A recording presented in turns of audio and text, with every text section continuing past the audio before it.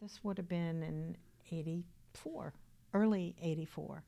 And I went in and went to the president of our company and said, I'm giving you my resignation and blah, blah, blah, blah. And he's trying to get me to stay. And I'd be like, no, I think I'm just ready. And he said, so where are you moving? And I said, well, Wilmington. And at first I thought it was Wilmington, Delaware, until I had come to visit. Never heard of Wilmington, North Carolina. And he said, North Carolina? And I said, yes. And he said, it's one of my favorite places. So one of our divisions, it was a dyeing and finishing plant, was right next door. They had divested of it because, like many things, the governments were cracking down on pollution from dyeing and finishing, which is very labor intensive.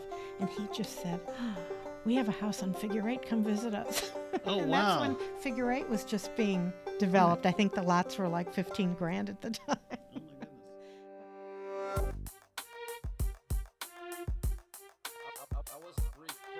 Yeah. Just wire you up. Okay. Here's your headphones. Thank you. Doesn't matter which side, left or right. The cord's on the left.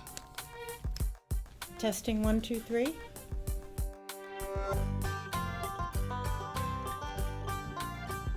But I always knew you as kind of Martha's lieutenant, a very kind person. Well, thank you. You were part of one of my kind of, you got to escort me on the way. Thank you. So it was very, very nice. So, but enough about me. Yeah. Can I tell you about my podcast? Sure. It's called Rap Beer, and thank you so much for joining us, Jayme Bednarczyk. I think your title was, what was your title here at DEG? Associate studio manager in the days that I knew you, yeah. Hey, very good. And that was all encompassing. I was kind of like a community liaison, ombudsman. I would negotiate the contracts, give tours to production managers, and when they were looking at the studio, if it wasn't a DEG film. Right. Just anything they needed me to do, I did it. So where did you come from, and how did you end up in Wilmington? And here we are in the historic screening room at CineSpace Wilmington. How did you get here? Grew up in Chicago. Very, I would say poor Polish neighborhood. Oh. Industrial. When I wanted to, when we moved to the suburbs and I got into school, the counselors would say, well, what do you want to do, when you grow up? And I said, I'd like to be an architect, and I was told women can't be architects. And when I said archaeologist, they said there's nothing in high school for archaeology. What do you do for fun? And I said, well, I create and I sew. So, okay, home ec. So that became my path, because I learned at a young age, you have to respect your elders, and I think I've changed my tune a little bit about that. You have to know who you're dealing with. But I took that advice, made the most of it, went to college actually I parlayed a home ec, because in those days it was your MRS degree. What does that mean? You're there to get married. Oh. Oh. This is different times. It is very different times. So the university I went to had a Master's of General Studies, where I could have 3 career paths at once, or 3. So it was business, textiles, and art. So I did that, and while I was there, I happened to meet someone who we were doing fashion shows with their fabrics, and he said, if you're ever in New York, come and look me up. And I did. I went to New York after graduation. He was so kind in teaching me more in like a 2-hour meeting about what was available. It's like, if you say someone now, get in the film business. If you have these kinds of attributes, it would be great for you. But they wouldn't know what to say to you unless you were actually in the business, the types of jobs that Right. there are available. So anyhow, I got into film. I mean, I got into fabrics and textiles. I did work at one indie company in New York, film company. That was my first job in 1975. But they wanted me to stay on, but I had to learn to type, and that was the deal breaker. Oh, dear. Because, you know, as a woman back in the Oh, yeah. 70s, if you typed, that That's puts where you you in went. a whole different category. That's where you went. So I pretty quickly had a job in marketing at a textile company, a southern-based textile company. Did that for a decade, various different North Carolina companies. During that time, I had 3 housemates on the Upper West Side. Before the Upper West Side was She. Right. A lot of musicians and actors living up there. And my one housemate was in film. He was a second generation lighting technician. And my sister also worked in film. And she actually met Martha before I did, working on maybe Wolfen. Right. So they met each other because they were both, you know, working in the office. And then my housemate was working on some film out on Block Island, which is really remote, and he had a crush on Martha, young Martha. So, and I think at that time she might have been working for Orion, and she would be like a runner and doing different things with some of their projects together. So, came to be that she lost her illegal sublet. Oh, this is going way back. She'd probably kill me. But she ended up moving in with us on our Upper West Side brownstone. Wow. And we were just instant friends. So we lived together for 5 years in New York. A lot of different things happened in our lives. She took a course on film accounting. They were desperate for people to learn film accounting. And her mentor was a fellow named Michael Menzies. Wow. Who's done a lot of films over the years, usually LA based. And she started working on a couple pictures that Dino was the producer. And then she was so good, they kept her on. So these were back in the Amityville days, and they were shooting in New York and Mexico. Wow. Yeah. At Churubusco, maybe, in Mexico. Maybe. Ah, be darned. Yeah. So she would say, "Oh, I got called into Mr. Dino's office today." Ooh. And you know how the first time you encounter the man, Yes. the legend, it is kind of a panic situation. Right.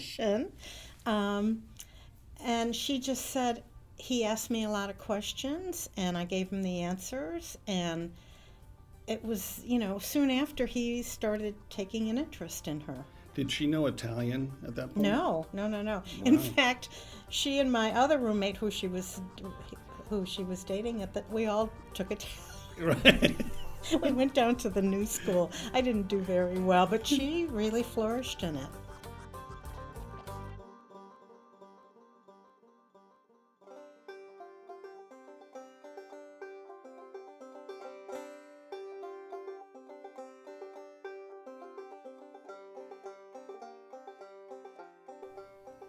So there was a relationship. They asked her to join the company. I think back then they were working out of the Mayflower Hotel. And this was, you know, early on, before or just when now corporations were getting interested in film, which is right. kind of in my heart when things started to change the first time around. You're right, because when I started, it was we worked for a producer who worked for an executive producer who raised the money, and that was it. And everything flowed downhill from there. Yeah. So at that time, Gulf and Western was interested, and I think Dino was always a man of deals, and he'd always say, "You never use your own money." So he was then moved his offices to the Gulf and Western building, and then you heard about Coke getting involved, and you know, a few years later, our demise with the Payne-Weber public offering, but that's a little bit further down our story here. So I had been working in New York, traveling abroad for various different companies, putting color lines and fashion shows together. And Martha came down to work on Firestarter. She had been in Mexico. I think they were doing a second Amityville in Mexico. I was always traveling, so I didn't, always remember what she was doing. What was happening is when they were shooting in Mexico, and Dino had planned to buy that studio down in wherever it was in Mexico. Mexico City is Churubusco. Yeah, Churubusco then. But what they were having trouble with is getting sets and props in between interiors and exteriors across the borders, and there was so much graft. And at that time, they were scouting locations for Firestarter. And I think it was Fred Caruso was on a Piedmont flight and saw the infamous picture of Orton Plantation. And that seemed to work out, and they had such a good experience working here. They said, well, let's look at that at making our permanent location. And we have to remember unemployment was like 14% at that point here. That's significant. Yes. Textiles were leaving. Correct. Manufacturing of furniture was leaving. Tobacco, I think, was already on its way out. So it was prime for investment here. And when the Governor Hunt got wind, there were negotiations to be had. And they had found this place to use as set construction for Firestarter. Right. The property was available. The economic climate was right to make a move here because they thought, well, we can do it here. We've got the land. We've got people that we can train. So they did get lured away, and I think this was after Firestarter. They got lured away to Charleston because Charleston heard. Yeah. And as the locals will tell the story, they thought it was all over for filmmaking in Wilmington because, as they said, Charleston always gets everything. Right. And when Dino would tell the story, he would say, well, when I met with people from Wilmington, it was all about what can we do for each other. And in South Carolina, it was what can you do for us? And that's what the difference was.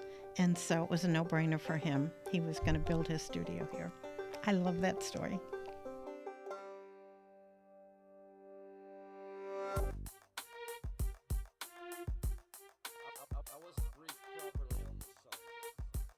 And here we are. Yeah, and here we are. And lo and behold, we can measure it in decades now. Here we are 4 decades later at 1223 North 23rd Street. I know. So during that period of time, Martha and Dino started dating, and Dino wanted to meet some of her friends.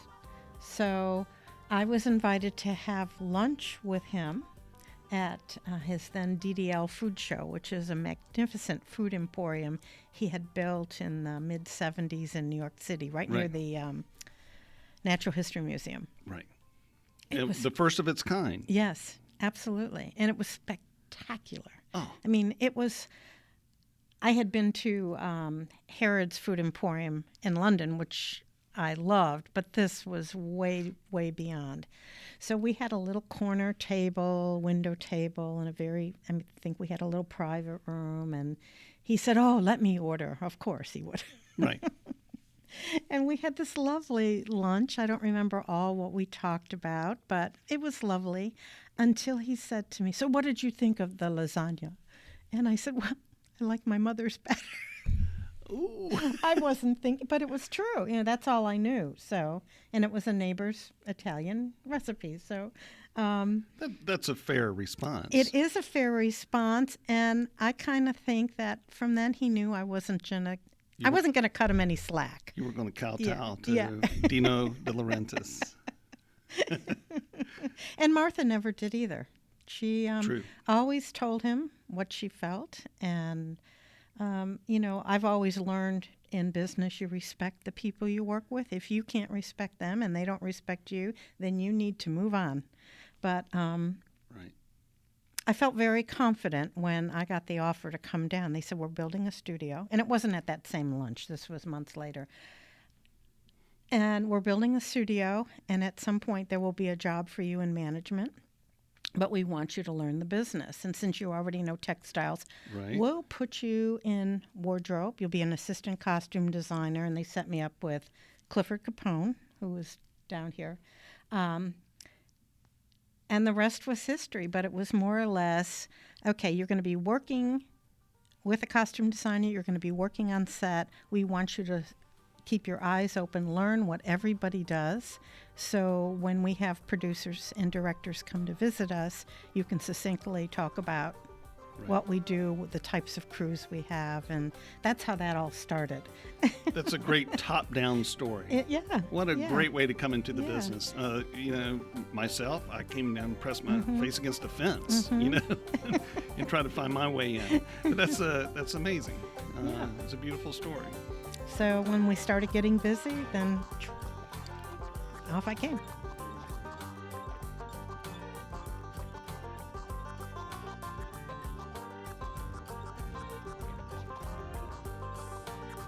Do you remember the story about him driving through the plate glass doors? Please remind me. Well, Clifford was a diehard New Yorker. Yeah. And never learned to drive, didn't have to. So when he came down here, he really loved it. And so they put him in charge of the costume shop. And I think at times we were doing, this is maybe the second year, 3 films at once with 2 being prepped. It was quite busy fairly quickly. And he had his hands in all of them. Yes, maybe, right? yeah. He would run the costume shop, which was more efficient. So the seamstresses could be, Sure. Sewing, stitching. We were making blackout curtains for electrics. So with the studio, we made as we needed, and we built as we needed. And then it could be written off onto productions, too, which was also very... Of course. Very Dino. Very Dino. Maybe it was very Martha. Maybe. Oh, that's correct. Yeah. So well said. Yeah. But Clifford had decided to make a home here. So he bought a place at Lionsgate, which was the only place in town that you could really rent.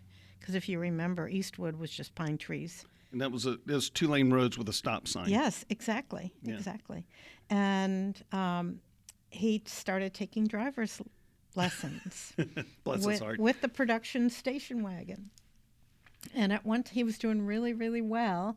And at one point, they were pulling into the studio, and we had just added that wing, plate glass doors, and I'm trying to think who it was that was sitting there. It might have been Lynn, might have been Barbara D'Alessandro, who was a production PA at that point, moving up to assistant director. Yes. That was maybe on Bedroom Window, which would have been her first film here. Maybe not. Yeah. But that time period. And he thought he hit the brake and hit the accelerator and went right through the plate glass window. Oh, do seem to recall that. And he never drove again. And oh, heavens. He was so mortified, sent everybody roses for weeks that were in the office. But what a character, but what a sweet, sweet guy. And that's how Alonzo got his first job. That's absolutely. I can remember having to go up there for set dressing to ask for something, and I do remember Alonzo and Clifford having a heated conversation about something. Probably. I think even Alonzo at a very young age was very profound and demonstrative about what he wanted to do, and I think those two played off each other very well. Yeah. And again with Clifford too, and like we had in our other departments, in the plaster department and set deck, we already had these sort of geniuses that were brought here and that were the kernel for learning about the business and the craft that continued to grow. And so generous too with giving information. And I feel so blessed to have worked like on Cat's Eye. We're building this set that's, and was it 8 times to normal, what the proportions were? Yeah. I mean, it was just amazing to me. And there were 2 women and trying to make that giant quilt. I mean, yes. Because it was all made. We didn't have the special effects, the digital technology that exists now. Of course. We didn't have mobile phones. We didn't even have pagers. We didn't have computers.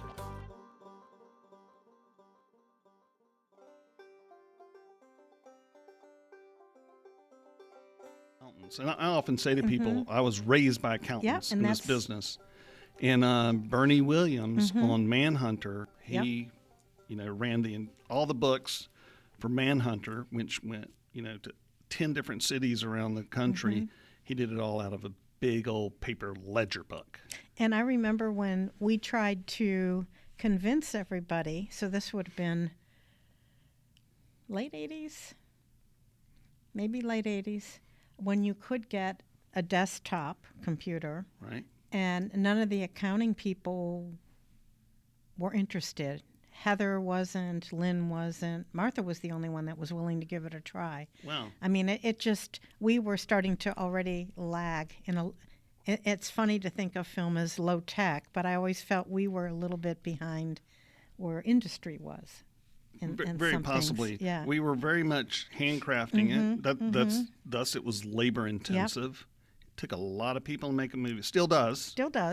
But different. Like the plasterers that came over from Portugal and Spain. Yeah. I mean, Chinatown. I mean, people couldn't believe that was filmed. Well, a majority of it was filmed here. We had a couple other locations too in Toronto and but the mainstay. Yeah, that's amazing. So a funny story: after they filmed Dragon, we had a little bit of a slow period before the next two. I think there were 3 films again. Oh, this place slow period. It shut down. Oh yeah. So what did Jayme do? What did Jayme do? Jayme was tasked of disassembling the set, Sure. all the props and set dressing. So there was a young man that worked in projection in this room, Jimmy Woods. And he and I had our golf carts and our little trailers, and we de-dressed all the sets and set up the first prop house and the wardrobe. Because we knew that Martha and I talked about, that could be a profit center at some point. So that's how I spent my second hot summer in Wilmington. No air conditioning. Yeah. I went to work on tugboats. Oh, no. Another great experience, though, yeah? They were what am I going to do? There's 3 restaurants in town at the time, and someone gave me a... Hieronymus, Stemmerman's... Elijah's was there. Pilot House was there. Yeah. Patty's Hollow, Bridge Tender was the only thing that way. Yeah, except for the oyster bar that the Mitchells ran. Crystal Pier? Raw Bar. Raw Bar. And however, most of those even would close shut in the winter. Yeah. There was you could count the restaurants on one hand, I think. Good times though. It was amazing time. Well, let's just back up a little bit. So when Raw Deal was the last set I worked on. And when I started, as you say, in the front office, it was still a community that I realized was having trouble adjusting to the circus came to town and never left. At first it was, we have a film on our street and the whole neighborhood would come out.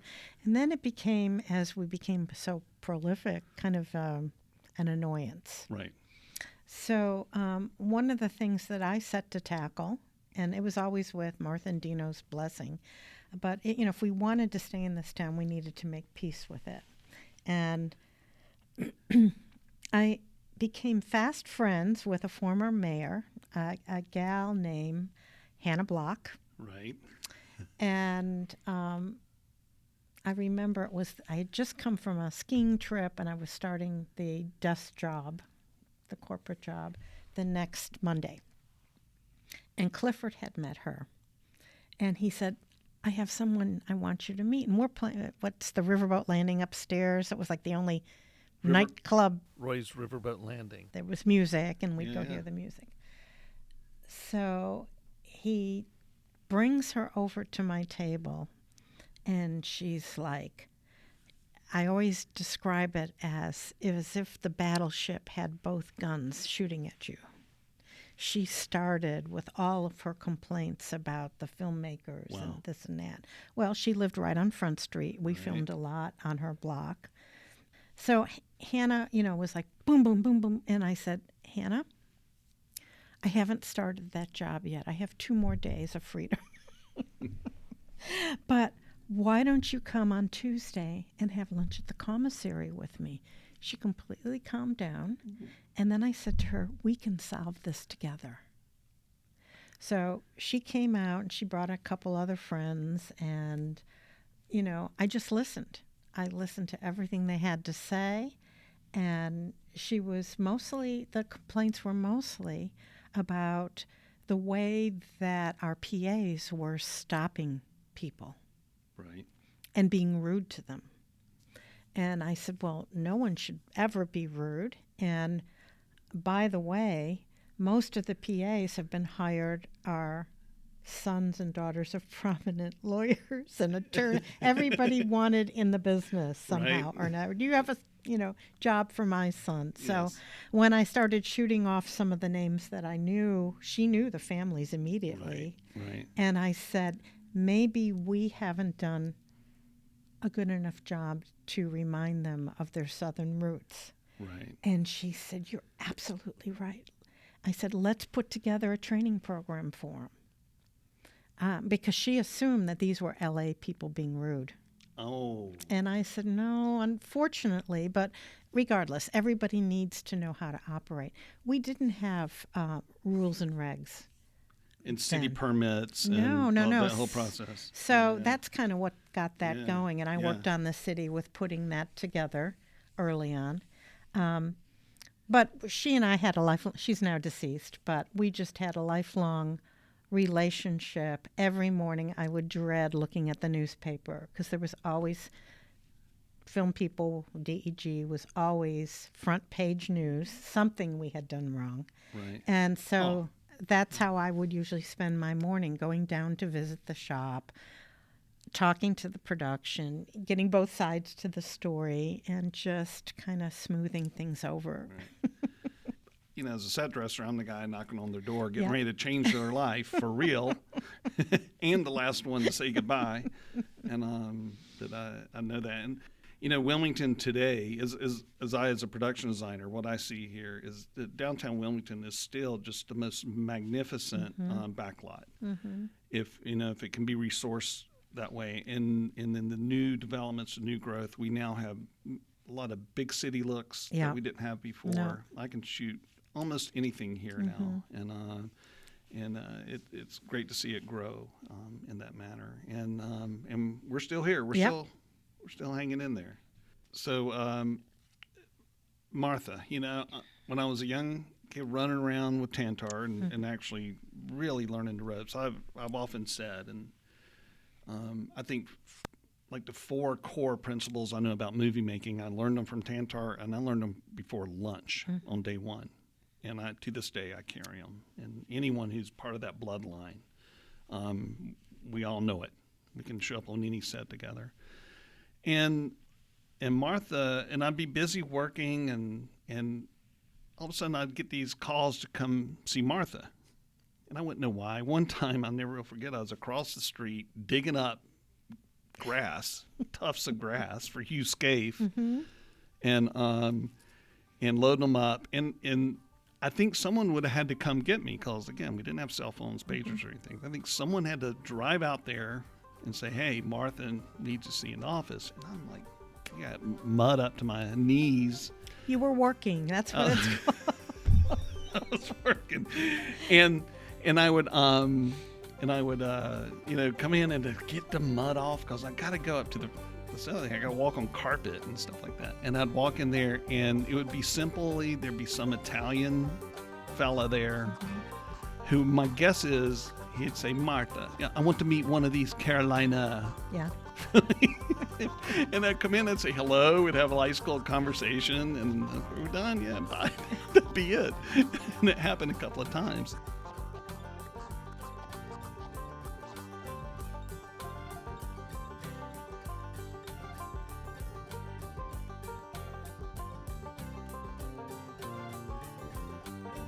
then suddenly all these corporations now wanted to get into film because they knew they could hide cash. It would either be a cash cow or they could hide losses. Right. So the building changed. And when Dino was being courted to go public, his eyes got wide. He'd always had to raise all the money himself. And many people that worked here didn't realize that he was the one doing the financing of the films. We would have never been what we are today or have even gotten a jump start if he wasn't able to do that. Yeah, and I think a lot of money came from the Netherlands, as I recall, too. Well, one of the banks, yeah. And Swiss, Credit Suisse, and Canal, and right. Anyhow, so he got very wide-eyed about that. Who was I? I was a young 33-year-old. It gave me shivers when I met the person who was really pushing him to do that. I shook his hand, and this guy had been involved in some films, and he was, though, a mergers and acquisition attorney. And, that was the first start of that, where they were just wrecking corporations, or good private companies, private companies, and just tearing them apart. And, I can remember going to Martha saying, I don't know that this is a good idea. He's been able to generate all these films all these years, and, but it seemed like easy money, and it seemed like, we could just build this empire. He was already in the distribution business. He had a library. Yeah, and the distribution business was always controlled by, I'm going to say the LA Mafia, so to speak. And he was always considered an outsider, even in in New York. Of course. Yeah, because he was Italian, and And by the way, I am as well. Yeah. There's a lot of jealousy and competitiveness. I'm the kid from North Carolina. I'm not in L.A. I'm not in New York. And I've always fought that bias a little bit. Yeah. And so that all went through, and my feeling was, Dino was always so proud of what he had built from the ground up as a kid, collecting water bottles and reselling them to the troops, and, starting from his parents being pasta makers, and, working as an assistant PA, I guess you would call it back then, and doing props and learning the business and coming up with ideas and just being bold in his decisions, like we all had to be back then. Right. And, I'm thinking, why is he doing this? Why is he doing this? But it was, we can get you all this money. The mighty dollar. For production. And, within a year, it took him down. And he was the perfect fall guy in some cases because he was so proud of his name. He didn't want to change the name. He wanted it to be De Laurentiis Entertainment Group. And he was suddenly saddled with a board of directors.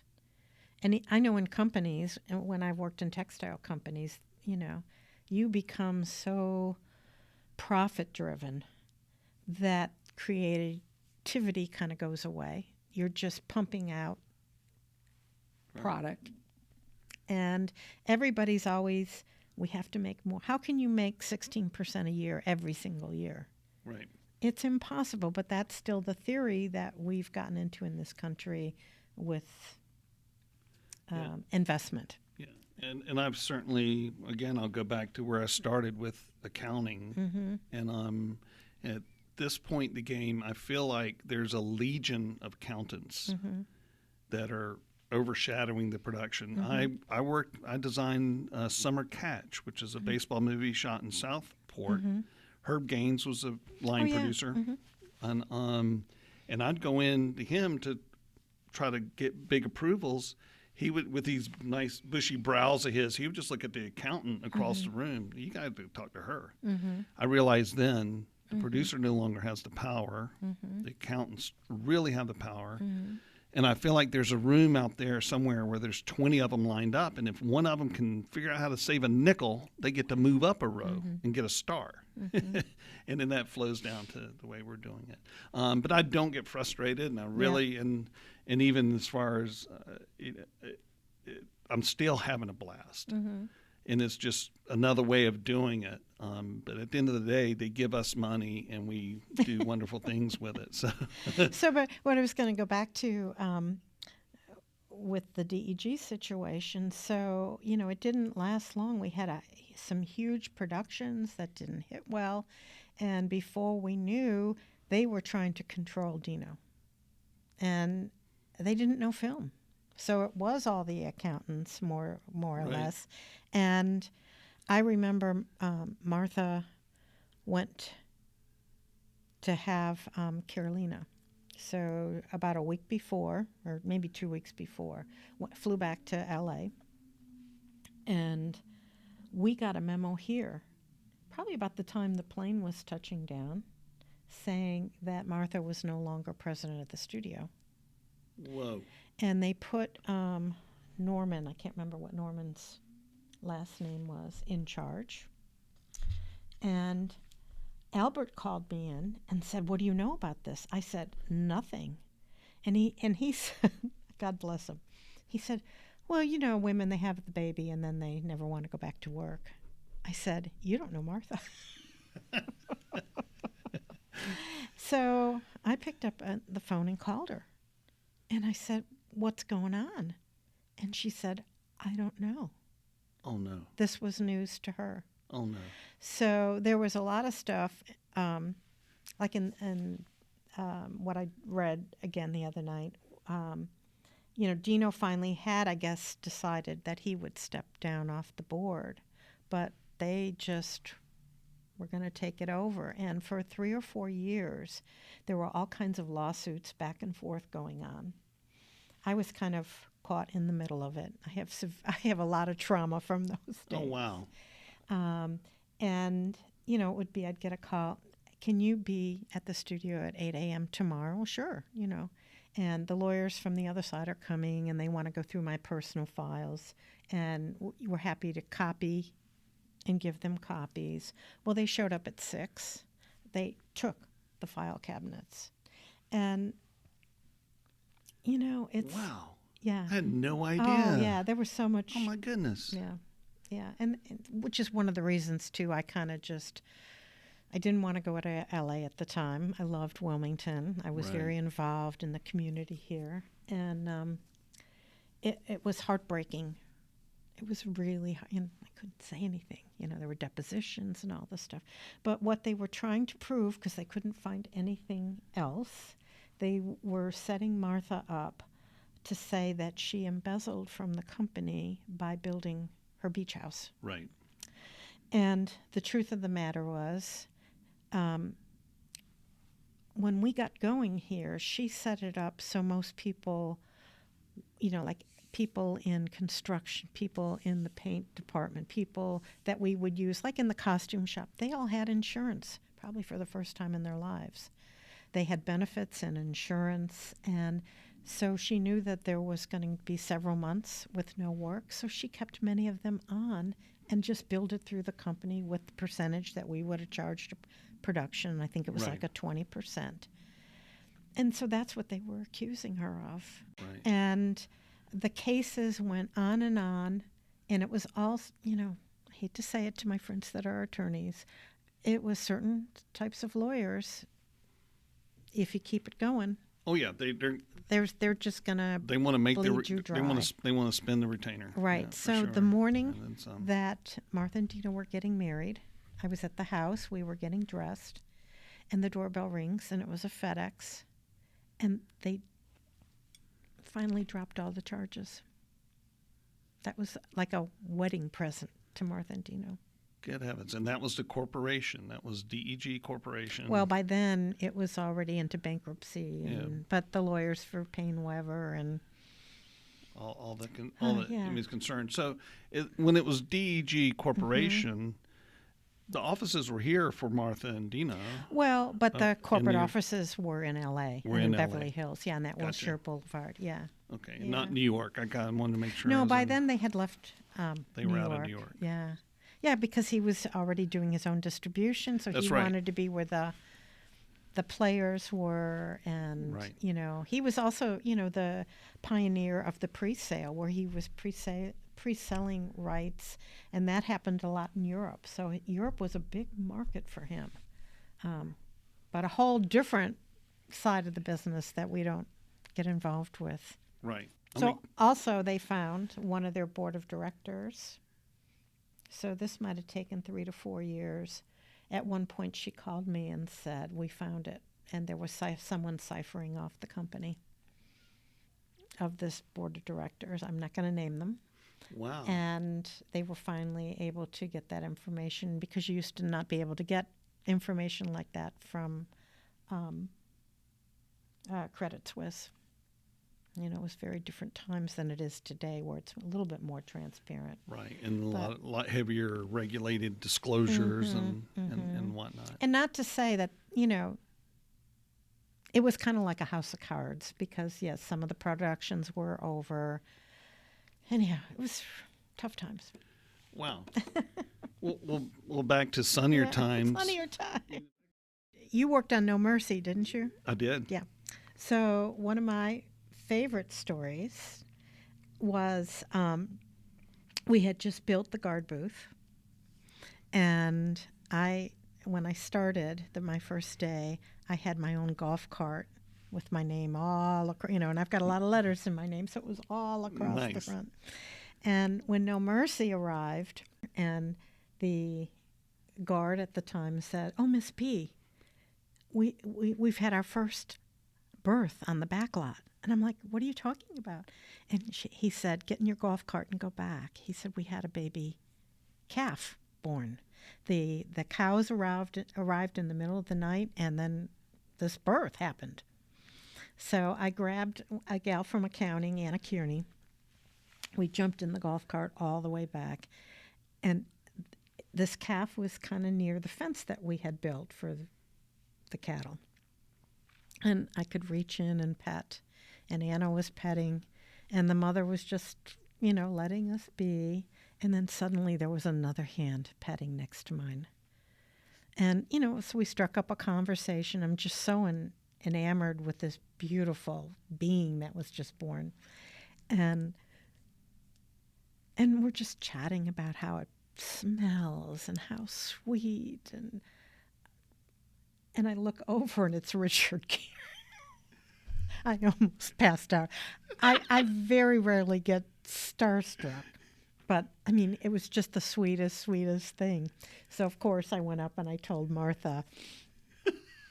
So she's having a little dinner party 2 nights later, and who does she sit me next to? Just to watch me turn. That's great. That was down at the beach house, right? Yeah. That's great. No, that was at the Tamasia house. They rented that house Across before. Yeah. Mm-hmm. That's hilarious. Petting a cow. And then the other one. And he was the bomb then. That was at the height of his Richard Gere-ness, for sure. He was also dating his future wife, so I had no chance. Oh, there you go. The other one was getting locked in with King Kong. Which one? Oh, go ahead. The full one, because I used to have to do a check on all the buildings and lock, Right. and they had just moved the life-size Kong. The big monster. big monkey full Yeah, thing. so he was in one of the little warehouses kind of on the back lot. And I walked in, and the door slammed. And I couldn't get out. So I was trapped with Kong for a while. We made peace, yeah. And, the first time I was ever on a film set was in New York City, at the World Trade Center, when the buildings were still up, and Kong had just fallen from the building, so Right. it's the final shot of the movie. So that was the first time I actually met Dino.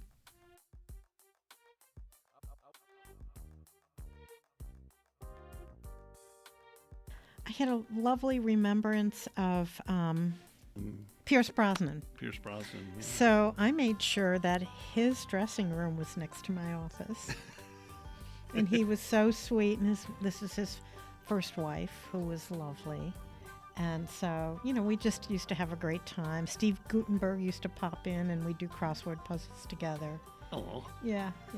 That's Fun great. times in the long waits.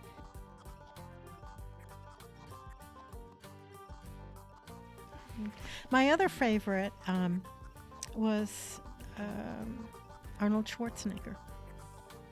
Very good. He was always prepared.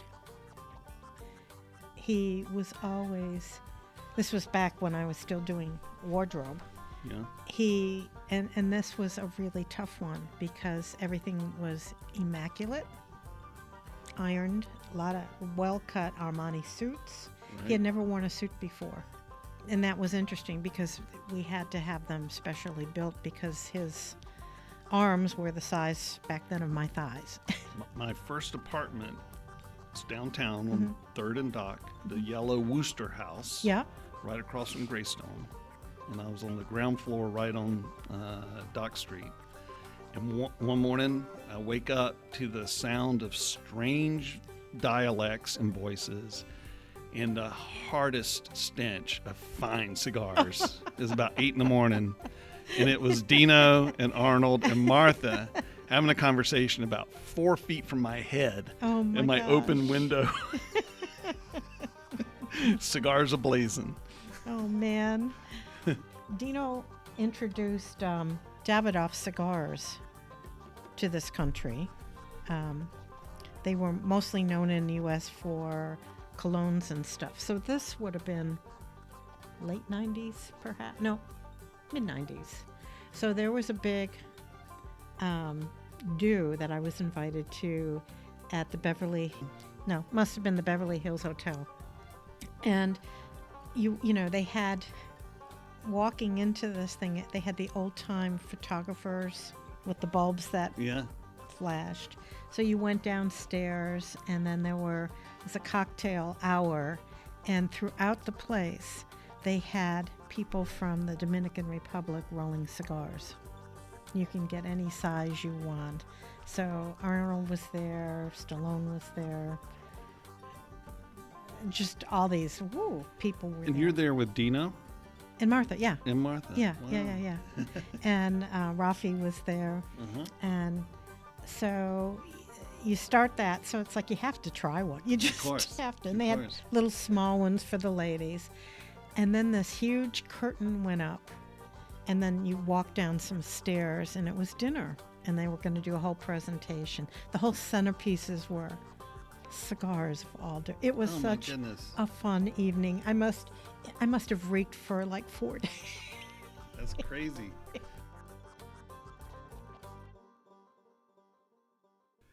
So, Jayme Bednarczyk, thank you so much for coming in on Rap Beer. Lovely. You gave so much insight on the foundation of this beautiful place and this beautiful industry that came to Wilmington and brought you with it to here. So you can say that out loud. Thanks so much. You don't have to whisper. All right, thank you. Thank you. And that's a wrap. Rap Beer is created and written by Scott Davis and John D. Kretschmer. The music is by Turbo Pro Project. This one-of-a-kind podcast is recorded at the historic screening room at Cinespace Studios in Wilmington, North Carolina. Copyright Bluffco Industry, 2024.